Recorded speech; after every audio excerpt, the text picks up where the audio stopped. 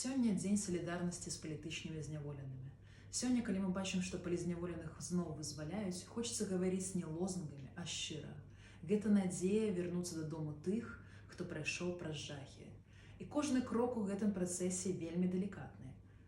Вызваленне – гэта не сцэна і не палітычная кампанія.